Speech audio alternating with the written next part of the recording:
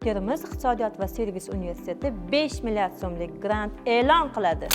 Buning uchun 21 may kunlari o'tkaziladigan fan olimpiadasida ishtirok eting va 4 yillik grantni qo'lga kiriting. Olimpiadada kimyo va biologiya, informatika, ona tili va adabiyoti, matematika, tarix, ingliz va rus tili fanlari bo'yicha 3 bosqichda o'tkaziladi.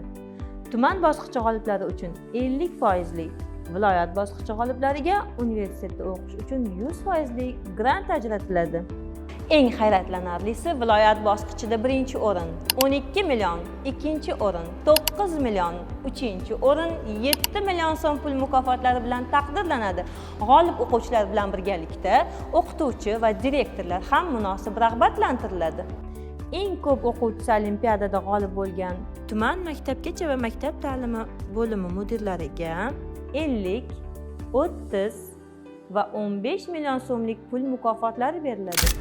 Fan olimpiadasi sizning imkoniyatingiz. Unda ishtirok etish uchun shoshiling.